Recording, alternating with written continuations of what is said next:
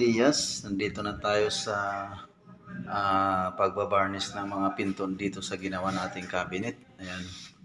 Bali yung sink niya na i-set up na natin yan mga ka-ideas. Double sink yan.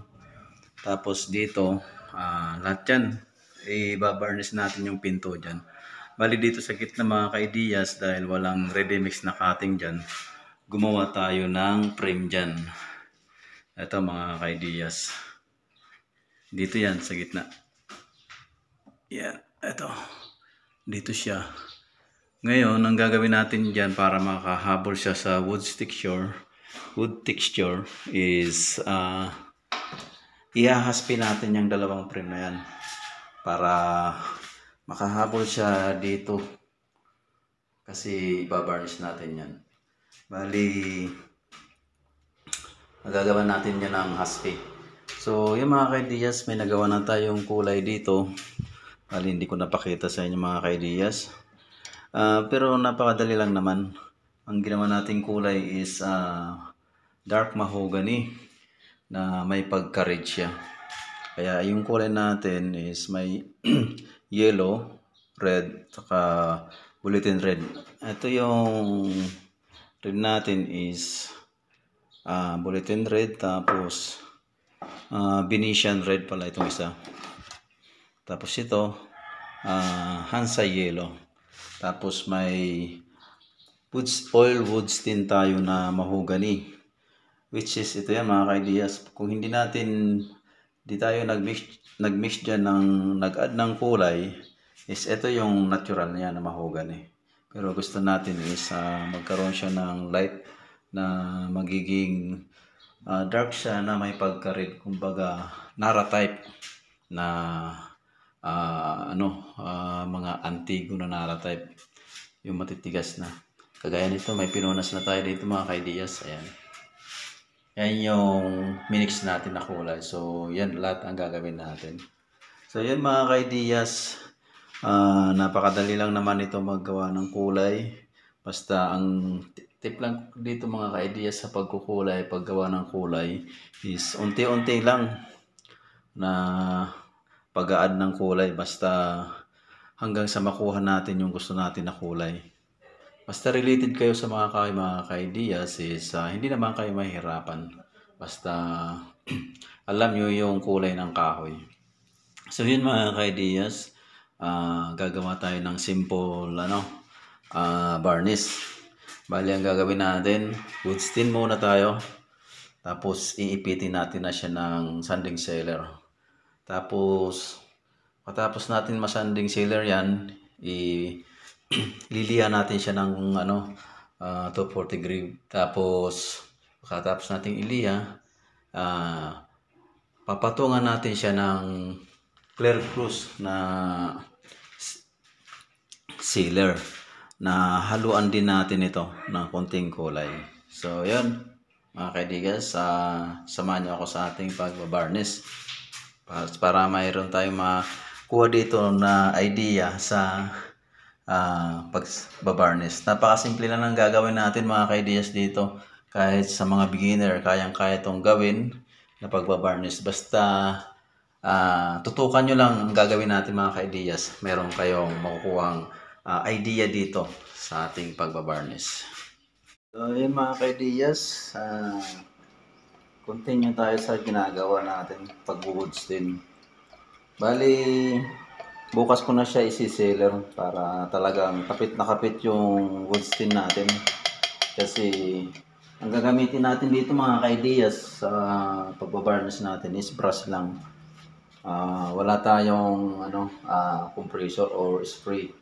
Pero kung spray, pag natuyo to ng siguro mga 10 minutes or 5 minutes, pwede nang isprayhan yan. Pero gawa ng brush ang gagamitin natin, kaya kailangan pakapitin natin maigi itong wood stain natin. Kaya ang diskarte ko mga ka-ideas, bali ngayon ko siya i-wood stain ng ito. Ang oras natin is alas 3, so kinabukasan ko na siya iipitin ng sanding sealer. So tara mga ka-ideas, samahan niyo ako sa ating pag-oil wood stain nitong ating mga pinto ng cabinet. So, bali ang gamit natin mga ka-ideas is itong basahan lang. Bali, isasawasaw natin dito tapos punas lang. Pwede naman brush pero mas maano yung brush. Tawag doon, makalat. Instead dito sa sa basahan is hindi siya makalat tapos parang na ano pa na naididiin pa natin siya, naipapasok natin maigi sa mga sulok-sulok ng kahoy. Kumbaga nabubuli natin maigi. So yan, samahan niyo ako mga ideas sa ating pag-stain itong ating pinto nitong ating mga cabinet. Bali, tinakpan ko yung mga ng salamin mga ka-ideas kasi para hindi na tayo maglilinis. Kasi dagdag pa yung paglilinis mga ka-ideas.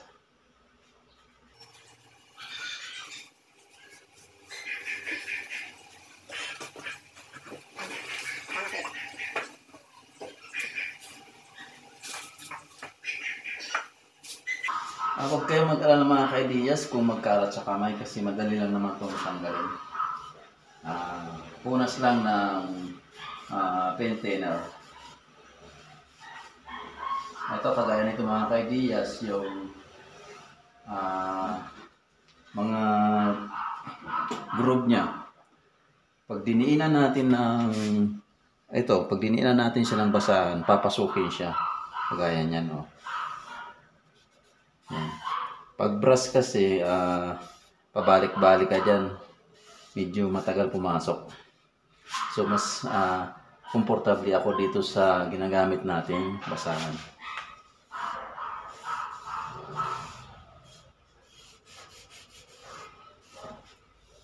Sa mga baguhan, mga ka-ideas, kaya niyang gawin to. Napakadali lang nito. Kahit wala kayong spray, okay lang. Basta may brush kayo na maganda. Tsaka yung pagtimpla ng sealer. Pag nagtakot na kayo, kailangan siguraduhin nyo na hindi kayo magbabubbles. Kasi pag nagbubbles yung tinimpla nyo, yun, sira yung varnish nyo. Magkakaroon ng butas-butas yung varnish nyo. Or lulubo yung mga area na nagkaroon ng bubbles. Bali, bibigyan ko rin kayo mga ka-ideas doon sa pagtimpla ng natin, sealer natin.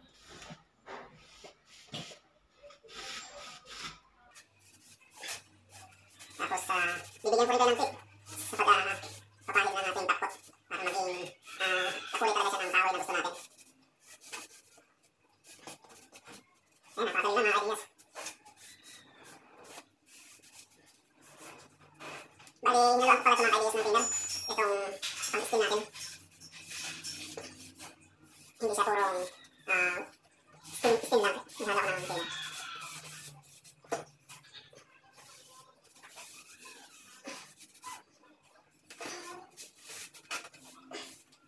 Kailangan natin dito sa kabila.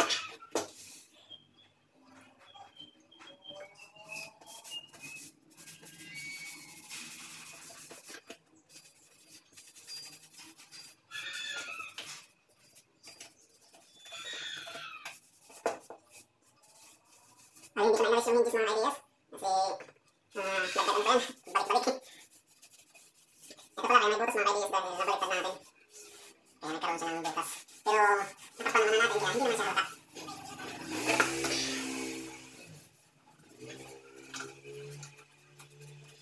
Ito ang advantage ng ang gamit basahan mga ideas. Kasi, nabubuli mo yung kahoy talaga. Hindi ka dahil sa brush na pahid lang, nadadaanan lang siya. Ito, nabubuli siyang nadidiin mo. Kaya kapit makapit yung ating stain dito sa ginagawa natin. So, ayan. Nakaisa na tayo mga ideas.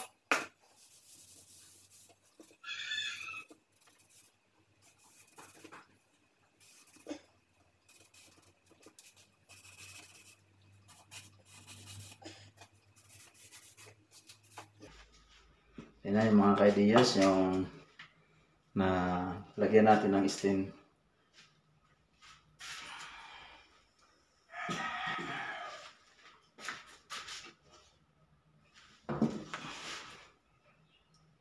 Bali, siyam na pinto ito mga kaidiyas.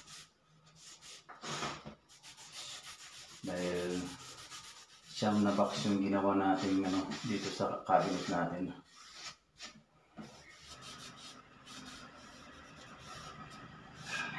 So yan. Bali, bigyan ko kayo ni mamaya mga kaidiyas ng update dito sa ating ginagawa. Kasi kung pupul natin tong video natin, masyadong mahaba. So yan. Bali, may ano pa tayo kasi bali siyam yun. May 7 pa tayo. So yun mga kaidiyas, update tayo dito sa pag-wood stain natin sa pinto ng mga cabinet. So yan, yung nalagyan natin ng staining. So siguro baka hindi na tayo maglagay ng kulay doon sa top coat natin na clear gloss sanding sealer. Kasi lumabas na yung tunay na kulay niya na gusto natin makuha. Baka hindi na ako maglagay o mag-add ng kulay mga kaidiyas. Siguro i-clear gloss ko na lang siya. Dahil ito yung gusto kong kulay na may mahogany na may pagka-red. So yun mga kaidiyas, bali dalawa na lang yung tira dito. Mga kaidiyas, pag binili pala natin ito, ganito yung kulay niya. Yan. Ang layo dun sa na-staining natin. Ayan o. Yan yung na-stain natin. Tapos ito yung hindi pa natin nabuwood stain. So pag bumili kayo mga kaidiyas, kasi ready-made na ito, ganito ang kulay niya. Kunting ano lang mga kaidiyas, tip ko sa inyo, pag nagbili kayo nito, padaanan nyo pa rin ng sanding na 2% grade. Kasi medyo yung iba nito, hindi masyadong smooth. Although ano na to, kumbaga finish na itong binibinta nila, may smooth na rin pero may part na medyo magaspang kaya mas para sigurado lihain natin ng padaanan natin ng 240 na liha. So yun mga kaidiyas, bali bukas ko na to i-sealer kasi para kapit na kapit yung ating wood stain. Dahil ang gamit natin is brush lang para hindi na siya gagalaw once na brinas natin. Kasi pag ngayon natin ito titirahin or i-sealer, baka may possible na gumalaw ito mga kaidiyas. Mahahagot siya ng brush. So, pakapitin natin maigi. Pero kung spray, okay na itong isprayhan mga kaidiyas. Kaya lang, wala tayong spray. So, bukas na natin ito papahiran ng sealer. Bali, muna tayo. Sanding sealer lang tayo bukas. Tapos, patapos na natin isanding, lihain natin ng 240. Tapos, pagkatapos natin lihain, saka natin siya papatungan ng clear gloss na sanding sealer. Bali, yan mga kaidiyas, may bibigay din ako sa inyo na sa mixture doon para iwas bubble tayo. Kasi lalo brush ang gamit natin. Bihira lang ang hindi nagbabubbles pag brush ang ginagamit. Pero para maiwasan natin yon, magbigay tayo sa inyo mga kaidiyas doon sa mga baguhan para kung paano ang mix sa mixing na gamit ang brush sa pagbabarnish. So yan mga kaidiyas, tatapusin ko na lang ito ngayon. Tapos bukas na tayo mag-sealer. Tapos itong frame na ginawa natin, bali epoxy primer ko ito. Tapos water base ang gamit natin dyan sa paghahaspi.